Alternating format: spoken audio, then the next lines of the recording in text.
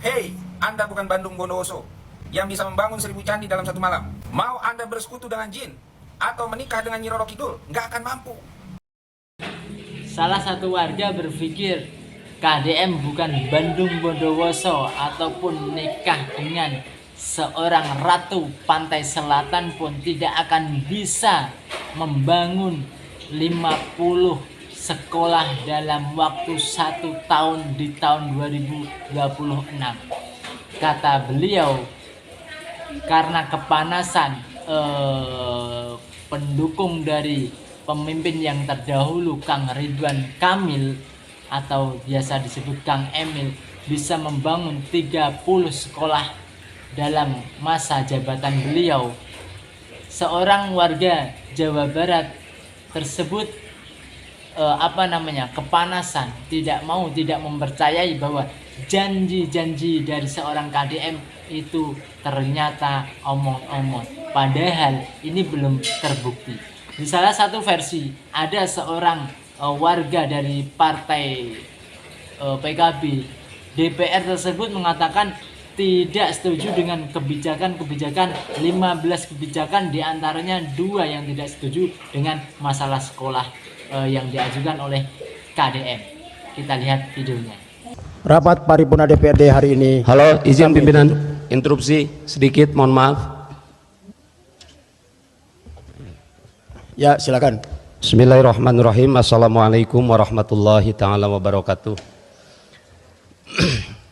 Izin pimpinan, sebagaimana kita tahu bahwa kita di sini sudah melalui banyak diskusi ke diskusi, banyak rapat ke rapat, banyak musyawarah ke musyawarah, termasuk dari paripurna ke paripurna. Diskusi rapat termasuk paripurna ini tentu adalah bagian dari pemerintah ini dalam menyelesaikan masalah-masalah. Namun sebagaimana kita tahu bahwa masalah-masalah tersebut adalah masalah-masalah yang telah lalu.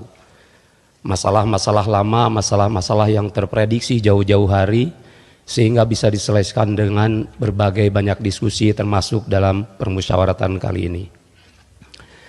Pertanyaan saya, bagaimana dengan permasalahan-permasalahan yang baru muncul, baru ada ketika pemerintah ini sedang melakukan musyawarah, baru ada bahkan ketika pemerintah ini mengeluarkan kebijakan.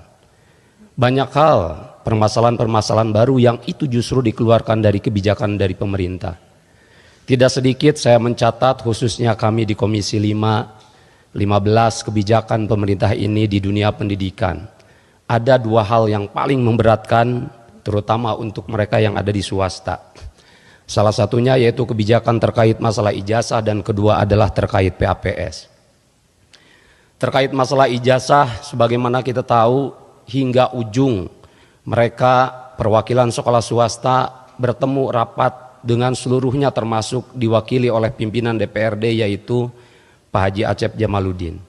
Termasuk ketika rapat PAPS hingga akhir dapat diterima oleh Ketua DPRD yaitu Pak Haji Buki. Namun apakah rekomendasi-rekomendasi mereka itu dapat memberikan warna?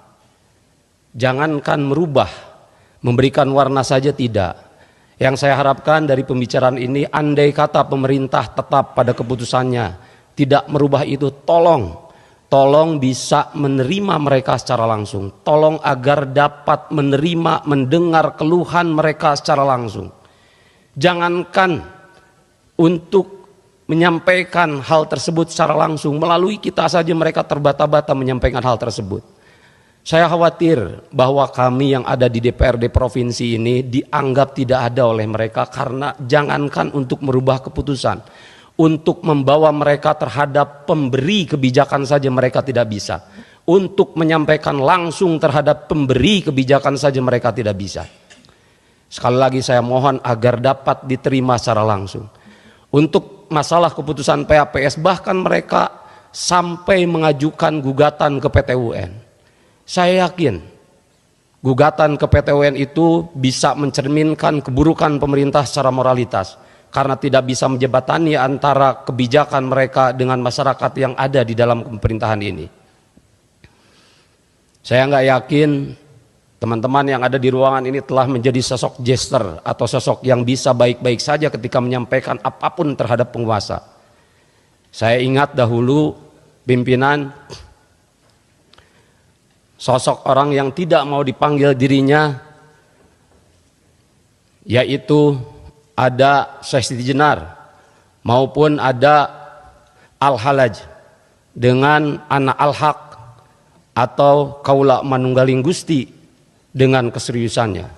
Maka pada hari ini di tengah kelakarnya kita bisa lihat bahwa kemarin Pak Gubernur tidak mau dipanggil gubernur, ingin dipanggil raja ketika ada kelakar, tidak ingin mengobrolkan anggaran bersama teman-teman di DPRD.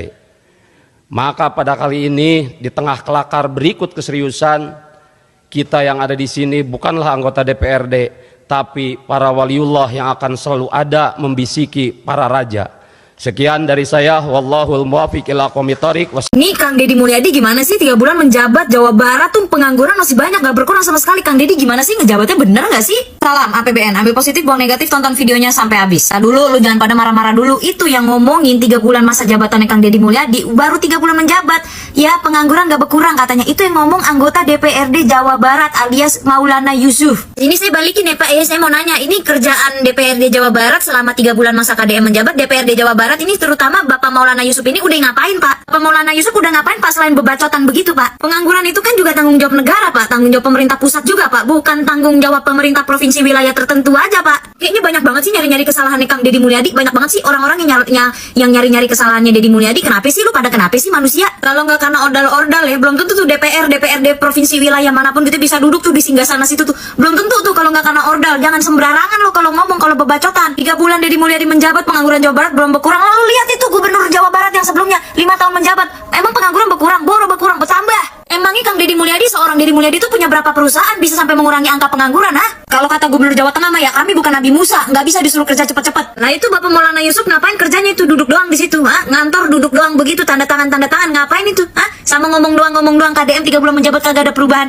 Emang Ngana udah buat perubahan apa? Saya tanya. Hah? Saya sebagai rakyat Jawa Barat nih, saya sah nih sebagai rakyat Jawa Barat. Ngana udah berbuat apa Ngana buat Jawa Barat? Ini Bapak DPRD nih dipilih sama siapa sih? Dipilih sama rakyat kan? Rakyat yang manis yang milih Bapak. Saya sebagai warga Jawa Barat nggak merasa milih Bapak Maulana Yusuf. Ini DPRD Jawa Barat mana? Rakyat mana ini yang milih nih? DPRD, mau DPR juga, mau rapat ngabisin anggaran negara sampai berapa triliun juga hasilnya juga kagak berasa di rakyat, kata saya mah. Saya berhak loh ngomong kayak gini karena saya rakyat, dan DPR dan DPRD itu adalah Dewan Perwakilan Rakyat dan Dewan Perwakilan Rakyat Daerah. Yang bisa berkomentar hanya rakyat, karena yang merasakan hanya rakyat. Jadi saya sebagai warga Jawa Barat, saya berhak untuk mengatakan bahwa DPRD Jawa Barat maupun DPR itu tidak berasa, nggak berasa efeknya ke saya sebagai rakyat. Dan saya yakin banyak rakyat di luar sana juga yang berteriak bahwa DPR maupun DPRD itu tidak berasa apapun kepada rakyat. Makanya sampai dari kemarin itu rakyat bilang apa? Bubarkan DPR, ngapain sih DPR cuma ngabisin anggaran, bla bla bla bla. Bahkan petinggi sekelas Rocky Gerung pun, ya Rocky Gerung ya waktu itu ya kalau nggak salah ya, dia bilang dia mau membubarkan DPR karena menghabiskan anggaran doang dan nggak penting. Saya memang hanya orang biasa, saya hanya rakyat biasa. Justru karena saya rakyat biasa dan kalian digaji oleh orang-orang seperti saya yang berasal dari rakyat, berasal dari saya yang membayar pajak dan segala macam,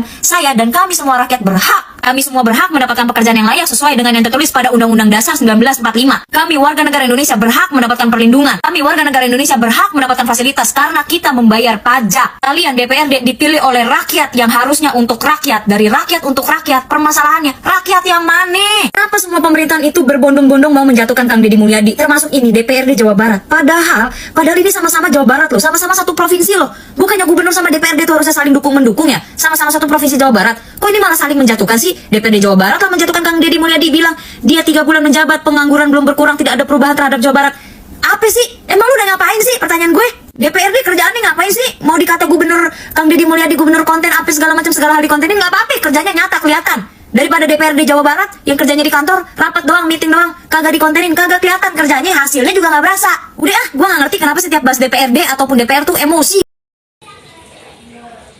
Bagaimana bisa setuju dengan KDM kalau hatinya tidak pro, kalau hatinya selalu kontra, terinfiltrasi dengan salah satu argumen-argumen yang lain, atau mungkin argumen tersebut tidak disetujui oleh seorang KDM.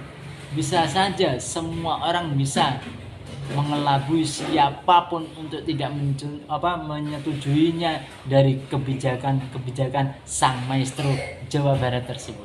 Terima kasih, kita lihat video selanjutnya. Salam.